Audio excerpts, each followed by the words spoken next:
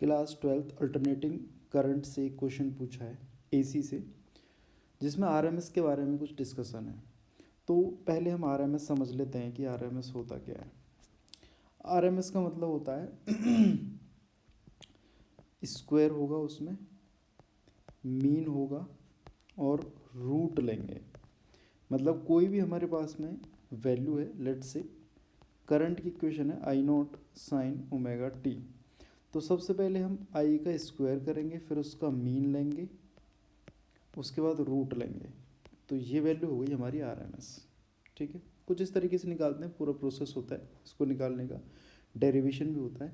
जो RMS values होती हैं ना, जैसे फॉर एग्जांपल करंट का जो आरएमएस वैल्यू है वो peak current divided by root two है, और वोल्टेज का जो आरएमएस वैल्यू है वो peak voltage divided by root two है।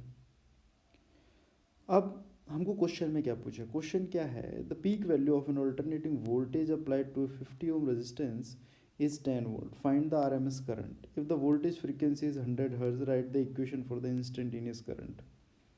हमको इंस्टेंटेनियस करंट की इक्वेशन लिखनी है और उससे पहले हमें IRMS निकालना है। तो गिवन क्या क्या है क्वेश्चन में वो देख लेते हैं।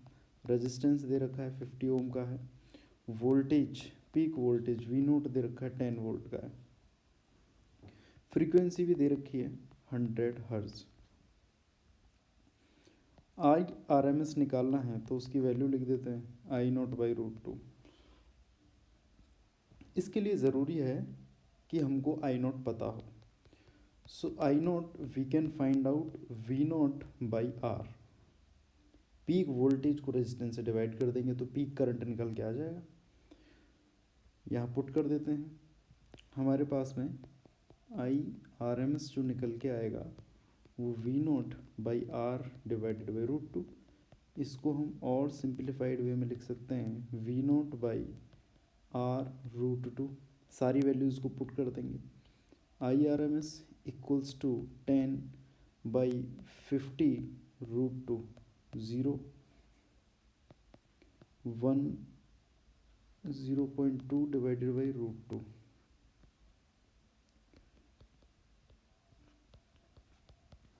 इसको हम और भी सॉल्व कर सकते हैं, लगभग ये आएगा हमारे पास में। सिंप्लीफाइड वे में अगर इसको लिखेंगे तो root two into root two divided by 100 divided by 10 into root two, तो ये कट गया।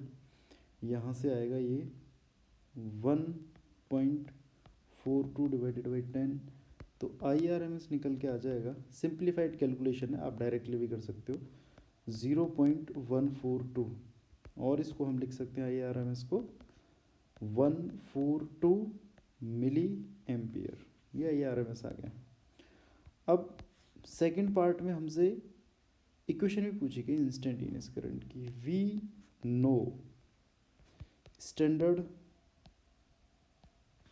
इक्वेशन, जो करंट की स्टैंडर्ड इक्वेशन है बच्चों, वो कुछ इस तरीके से है।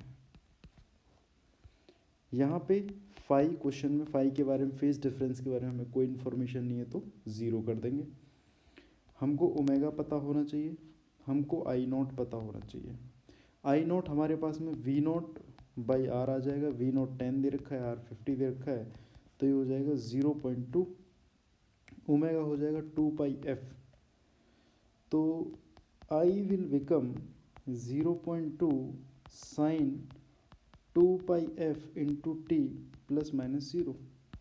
सो current will become 0.2 sine 3.14 pi की वैल्यू होती है, तो ये जाएगा 6.28 इंटू फ्रीक्वेंसी 100 दे रखी, टाइम 0, इसको हटा ही देते हैं।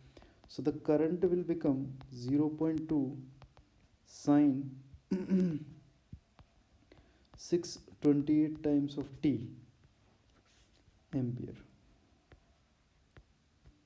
This is the equation of current. तो जब भी कोई ऐसा क्वेश्चन आए तो उसमें हमें क्या करना है, या तो वोल्टेज पे पूछेगा क्वेश्चन या फिर करंट पे पूछेगा, तो हमें स्टैंडर्ड इक्वेशन को याद रखना है। उसी के कंपैरिजन में हम सारी वैल्यूज़ को पुट कर देंगे। आई नॉट पता होना चाहिए, वी नॉट पता होना चाहिए, और हमको ओमेगा पता होना चाहिए, फ्रीक्वेंसी मतलब ये सारी वैल्यूज़ अगर फाई दे रखा है तो उसको पुट कर दो, सारी वैल्यूज़ को पुट करेंगे हमारे पास में इक्वेशन आ जाएगी निकल के।